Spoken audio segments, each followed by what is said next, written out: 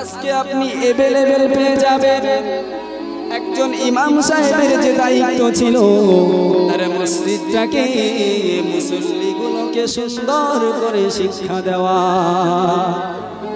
ইমাম সাহেবেরা শিক্ষা দেয় না, এক শ্রেণীর পীর সাহেব ওলি সাহেব যাদেরকে আল্লাহ দায়িত্ব দিয়েছেন পুরো কমিউনিটির, ও পীর সাহেবেরা তোমরা তোমাদের মুরিদগুলোকে শিক্ষার আঙিনায় নিয়ে আসো।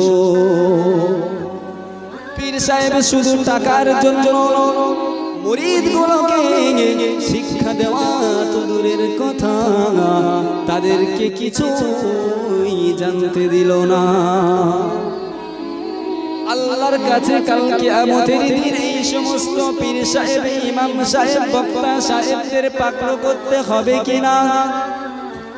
আল্লাহ পাক রব্বুল আলামিন তিনি তার নবীকে যে সুন্দর সিস্টেম আপডেট করেছেন, ওই সিস্টেমটা যদি আমরা মুসলমান মেনে নিতাম, আজকে আমাদের মুসলমান ধর্মের মানুষগুলো বড়ই জ্ঞানী এডুকেটেড হয়ে যেত।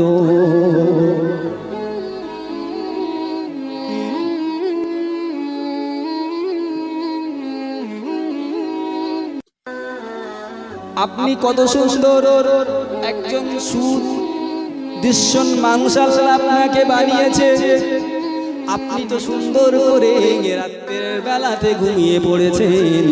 কখনো কি ফিলিস্তিনের দিকে তাকিয়ে দেখেছেন?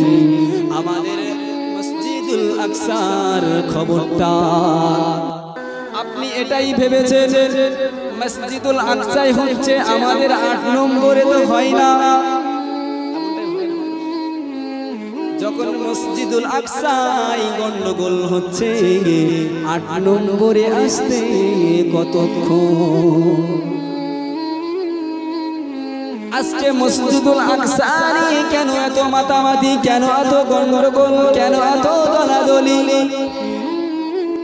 এই মসজিদুল আকসাটা হলো যিশু খ্রিস্টদের হযরতে মারিয়াম, হযরতে ঈসা আলাইহিস সালাম এখানেই আসবেন।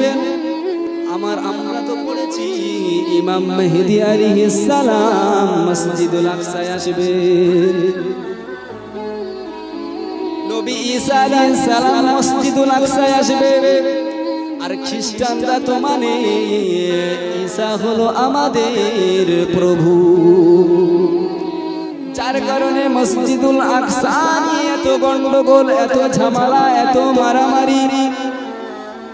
তো আমরা যদি মুসলমানেরা একটু ইসলামটাকে কনভার্ট করে নিতাম, পড়াশোনাগুলো যদি জারি রেখে দিতাম, আমাদের মসজিদগুলো, মক্তবগুলো যদি জারি রেখে দিতাম, আজকে আমাদের ভিতরে হয়তো মুসলমানেরা এমন ভাবে অজ্ঞ হয়ে যেত না।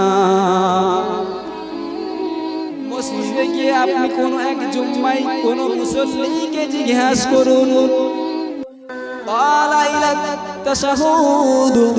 আপনি আত্তাহিয়াতুরা একটু বলুন, কতবার সিলুক খাবেন?